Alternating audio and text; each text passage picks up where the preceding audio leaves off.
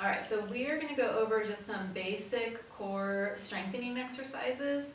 So the foam roller is a nice surface to be on because it gives you some feedback about your alignment, and it is also an unstable surface. So it'll add to some of those smaller intrinsic muscles having to kick in.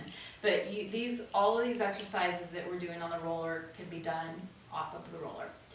Okay, so Heather, we're going to start with just making sure you're in a good neutral position or optimal alignment, and basically that means whatever feels best for her, trying to find a little curve in her low back but making whatever adjustments she needs to. Okay, and then set the shoulders, and then making sure that the ribs are staying down and that you have your core engaged. You have your intra-abdominal pressure there. Okay, so probably one of the easier exercises to start with is just doing a march. So you'll lift one leg up and then back down, and then the other leg up and down. So for some people that might be plenty. And then as a progression to make it harder, you'll bring both legs up, and then keeping your connection here, you're going to use your leg to challenge your abdominals. So Heather, I'd like you to take your left leg, you're going to take a breath in, and then as you exhale, reach the leg out and down, and then coming back in, and then switch legs. So if she needed this easier, she would lift a little bit more up to where the wall and the ceiling meet. If she's ready for more challenge, she would reach the leg out and lowering it down a little bit farther. So we can keep going with a few more here. So basically the weight of the leg and the leveraging of the leg is going to challenge your abdominals. So I think of it as our abdominals being like a dial.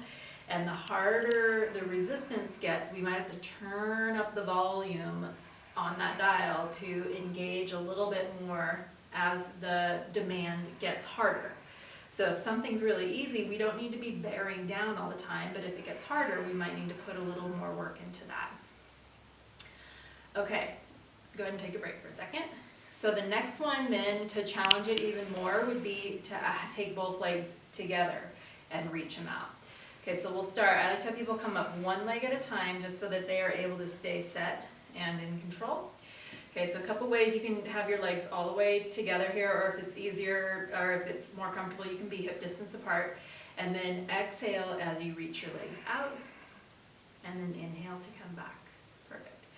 Okay, so a few things again here to watch for. As this exercise gets harder, that you're not creating a lot of tension in the neck and shoulders, so you keep softening the shoulder blades down the spine. Nice. If she needed it easier, again, both legs go up to the ceiling. If she wants to challenge it, both legs can reach out and even lower down to the floor. Oh, it's hard for me. That gets a lot more advanced, so. Okay, and then coming in, and then go ahead and set your feet down. Perfect. Okay, then we'll do just like a basic sit-up here. So hands behind the head, let the elbows just come forward slightly, just a teeny bit. Okay, you want to try to probably stay neutral, depends on your goals. So neutral in the low back, but we're going to do some flexion in the upper spine. So take a breath in, and then exhale, and you'll just lift up, but you're trying to not flatten your low back into the roller. And release to come. This is a nice place, if you can keep going, Heather.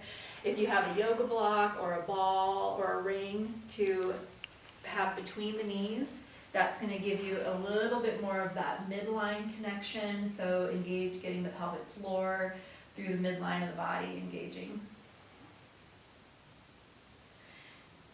And how about one more time here? And then you could take it up and then little pulses up. Pulse, just make sure you're breathing. 4, 3, 2, and 1, and release to come all the way down. Nice. Okay, and then coming off of the roller, have you come around onto your hands and knees here. And this is a nice exercise to do for women that are pregnant and are not able to be on their back to do exercises anymore. So you'd find your neutral position, and then Heather, you'll straighten your right leg out, and then take your left arm and reaching it forward, and then both legs will lift up. So you're trying to keep the pelvis level, so you want to imagine that you're balancing something on your low back here.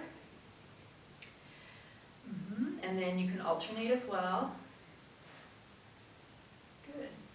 So just making sure that you keep as kind of a neutral spine here, and that you're really not lifting so high that you are extending through your back. Especially for someone that might have low back issues, this is going to be really important that they are using their core to stabilize. Yeah, because otherwise people could lift up like that. Like that. Down. Or they go ahead and lift your leg too high. Keep going, and see how that goes right into your low back. So now you're over extending through your lumbar spine. So really keeping, and I tend to want to sink down into this hip that I'm on. Mm-hmm. So if you right here level out your pelvis, so a cue that I use a lot is to spiral this thigh in, and that is going to naturally level out the pelvis, and kind of you get that nice wrapping around there to help keep you level. This is not an easy exercise to do well. It is helpful if you have somebody watching you, and it's even helpful to have a mirror that you can glance over to make sure that one hip isn't lifting up higher than the other. So when you spiral the thigh in, are you bringing your big toe in? You can maybe a little bit, but it's mostly that people are out. They've gone out externally rotated, so it's mostly just bringing it back to neutral, but it'll feel really like you're rolling it in a lot, but you're really just bringing it back. Great. Okay, so one of the most common exercises is rolling the thoracic spine out. So Heather, I'll have you take your hands and support your head. And then you want to be placed right about the mid-shoulder blades, maybe even a little lower. From there, you'll lift your hips up, and you're just going to roll the length of your thoracic spine. So not on your neck and not on your low back. So these, just as for basic exercises, this is really a nice way to start to get that area, the thoracic spine, to loosen up. So we're trying to get areas that might be really tight, getting them to loosen so that we start to move equally throughout the whole spine. And Heather's in a bit of extension here, which is perfectly fine. And you could also you can lift your head and shoulders up a little bit and let your ribs come down a little bit. So then come into a little bit of a sit-up even, so that you can even work the kind of getting it stretching out and opening up the joints a little bit in the thoracic spine. And then of course with the head, especially if you have any neck issues, it's really helpful. I like to have people cradle the base of their skull and almost like you're tractioning it a little bit and letting the head relax into the hands. And the elbows can come forward slightly, not quite that much, but just enough that you are engaging really well through the shoulder blade muscles. So go ahead, Heather, go ahead and sit up at the very edge of the roller. And then you'll have your arms in front of you. This is a nice way to just get your abdominals working a little bit. And then you start with a little bit of a roll back. And you just roll all the way down. If you need to, you can bring your hands behind your thighs to help you. Nice. Okay. All right, and then from here we're going to work on... But I need to scoot down a little bit so I have more room under my head. And then you want to make sure that your sacrum and the back of your head are fully supported on the roller. So you definitely don't want your head hanging off, and you don't want your tailbone or sacrum off. Okay, from here we're going to find neutral spine. And so remember we talked a little bit earlier about lightening the feet, and that's going to help us get heavy across the sacrum. But then we'll typically have to adjust so that we get the rib to pelvis connection there. Okay. If somebody really tends to flare their ribs a lot, I use the cue of imagining a sandbag just kind of relaxing here on the ribs, and that is a nice way to help keep that connection there. And then I'm thinking about my transverse abdominis too, like blowing out a candle or coughing. Yeah. So you get that abdominal, creating that intra-abdominal pressure, or it could feel like you're bracing. Okay, and then let's have you reach your fingertips up to the ceiling. And then, so we'll start with the ceiling and then just go overhead. So reaching to the wall behind you. So here you'd want to just make sure that you're not letting your ribs flare. And if you're able to do a few of those, come back up. Now do one incorrectly and flare your ribs.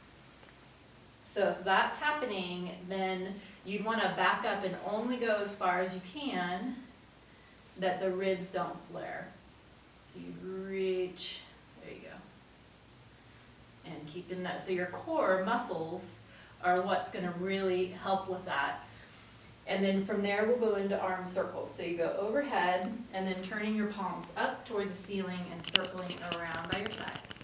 So you want to keep your palms up there, and then the palms face each other as you go overhead, then the palms turn up, and you circle around.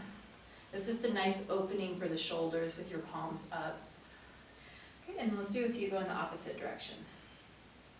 So you'd go down, and then circle. And just do a few more here. So the breathing, typically, I like to just make sure that people are breathing, they're finding a rhythm with the breath and the movement, and that they're just not holding their breath. Okay, Heather, now how you bring your arms into a goalpost position. Perfect. So from there, if somebody has the flexibility, the ultimate goal would be that the elbows are directly out from the shoulders, so that the wrist, elbows, and shoulders are in the same lineup. Someone's tight, they might not be there, and that's perfectly fine. You don't ever want to force it. And then from there, you will exhale your arms overhead. And then inhale, coming back. And then you can come to either just goalpost, or when you come back, you can reach your elbows a little bit more towards your waistline, like you're creating a W. And then back to your overhead. And then coming back. So this is a nice way to work on stretching out through the shoulders, stretching the chest, while you're maintaining a neutral position in your spine, and you are lengthening or elongating through the spine. So as she's here and breathing, thinking about the crown of the head and the tailbone kind of reaching in opposite directions. Okay, and then one more nice one to do here would be, Heather, just bring your hands back up to the ceiling, and then just go out to the side for a chest stretch. And this one is nice to just hold. That does feel good. Especially if people tend to hold a lot of tension in the area, this is a nice place to just have them breathe and release and relax into this. So with each breath, you're still focusing on dropping the diaphragm down, breathing low, but softening and relaxing through the chest and the front of the shoulders. So same thing here, you want elbows directly out from the shoulders, and then the wrists are lined up with the elbow, like a goalpost. So from here, this is really going to target your upper thoracic spine to get some mobility and extension in there, and it's going to help strengthen the posterior or the back of the shoulders here. So you want to keep your core engaged. Take a deep breath in, and then exhale, lift just the head, neck, and shoulders up.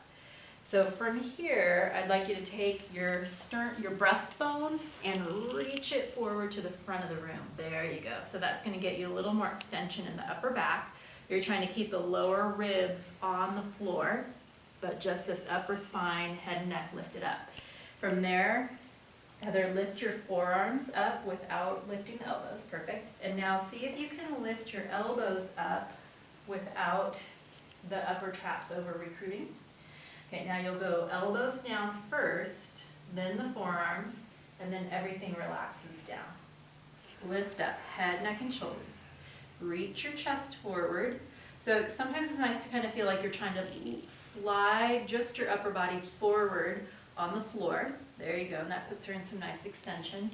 Now lift your forearms up, and then your elbows. And then here you're trying to keep your wrists higher than your elbows. Okay, now the elbows come down first, forearms come down, and relax it down. And then one more time.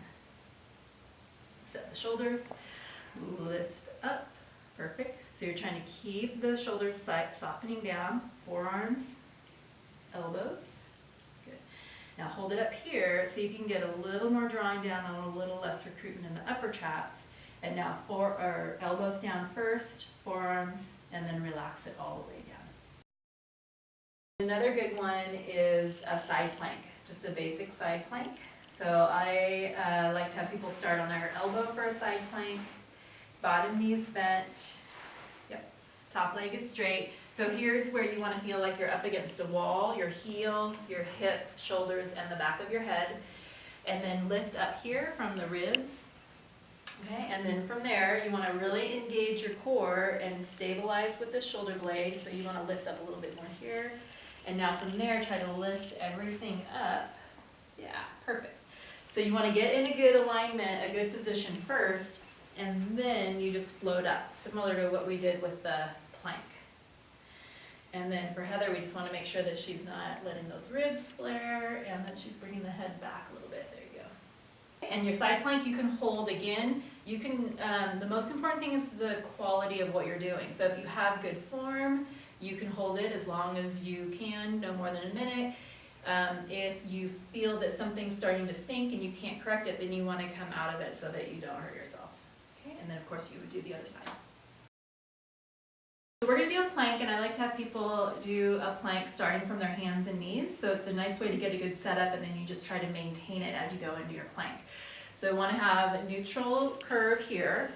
And then a lot of times people will over flatten this area. So you want to, yeah, and so now you want to just push so you want to feel like you're pushing away from the floor, but not by rounding the spine. You're trying to push away by engaging through the lower shoulder blade muscles to recruit your serratus muscles. So the other mistake that happens a lot is that shoulders end up coming up into your ears, and so we want to just keep everything set. Okay, so now we've got a good alignment here, and so from here, Heather, just extend your left leg back. Now without changing anything here, lift up a little bit higher here, without changing anything here, now bring your right leg back. Okay, so that's one of the nicest ways to get into a plank position. So as people fatigue, and you can see Heather just adjusted that nicely, they start to sink down, yes, just like that. So show that again, the sinking, and let your head drop a little bit. There you go. So this is very typical when people start fatiguing. So we want them to stay lifted, keep the back of the neck and the head lifted, and the core is going to kick in automatically here, but if you feel like you need to make some adjustments, you might need to just engage a little bit more through your core. A plank is a really good exercise. It's going to definitely engage your core. It is really good for scapular stability, and it's really good for just general body awareness. So part of this exercise is that you're going to only hold it as long as you can hold it while maintaining good form. So a couple of things that you're going to feel, and Heather just corrected nicely there, is if you're starting to sink down, if you're starting to let your head shear forward, or if your back is starting to sway. And typically people can feel it, but not always. So maybe as a general rule, it would be good to start with a few reps of about 20 to 30 seconds, and then building up from there. And but otherwise you can hold it just as long as you feel that you have good form. I don't ever hold them more than a minute. I just don't see that as necessary. The other option is to do a modified plank, so just holding a plank while you're on your knees. You could just be here holding a plank for a beginner. Or someone who's pregnant, right? Mm-hmm. Because you can do these for pregnancy. Yep. The safe abdominal. Yeah. So now we just spent some time on the foam roller, which is very helpful for stretching and kind of helping to reorient the muscles. But if we don't have the strength to keep those new kind of elongated muscles in a good position, we're just going to go right back to the same posture and the same patterning of movements. So it's really helpful to do some strengthening exercises that are very specific for the scapula and the upper back. So this is called DART. This is a very common exercise in rehab, Pilates. So just like for the setup, you want to make sure people can have their legs all the way together or hip distance. It depends on their comfort level. You want to engage through your core so that you feel supported here. And then, so Heather, I'm going to have you take a deep breath in. And as you exhale, you're going to spin your shoulders open and then lifting your arms up to midline of your body, just like that. And now let your head and neck come up as well. Perfect. Okay, so from here, she's thinking about opening the collarbones, setting the shoulder blades, not jamming it back there, because you don't want to feel like you're compressing too much. So you have to keep the length in the low back, but set the shoulders, keep the length through the crown of the head, and then go ahead and relax it down. Okay, we'll do that a couple more times. So take a breath in, and then exhale, spin the shoulders open. Nice, and then look up forward just a hair. Yeah, so you want to have your natural curve here. So not overextended and not overly flat. So I might have you, so the famous cue is imagine you have a tattoo on the back of your neck that you're trying to show off. Take a breath in and then exhale to release it down. Nice, okay, how about one more? Okay, so there's a lot happening here. So you gotta engage through your core and then lift up, set the shoulders. Yeah, so you're both kind of aligning the glenohumeral joint, actual shoulder joint, so your external rotators are working by having your palms turned in towards your body, and then the whole shoulder girdle is working. You're lengthening the front, strengthening the back. And So Wendi, how many should people do? How often? so that is a great question, and it's always better to do fewer and have better quality than to do a whole bunch of them with poor quality.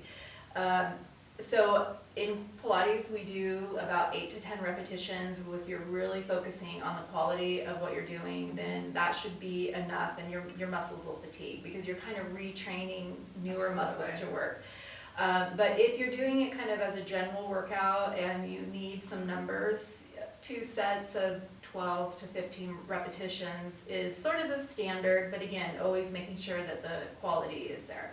And something I try to do multiple times a day is think about the cues she's given me, like, you know, bringing my ribs down, that rib to pelvis connection, pulling up from, you know, my spine, because we have these bad habits of posture, and I kind of feel like I have to cue myself all day long. So hopefully do some of these exercises daily, and then also, you know, being aware of how your body's moving in space and how you're holding yourself throughout the course of the day. Ideally, you can even set a little alarm on your phone, or think about your work situation and how you might be sitting or what activities you're doing a lot during the day, and think about how you can help yourself stay in good posture.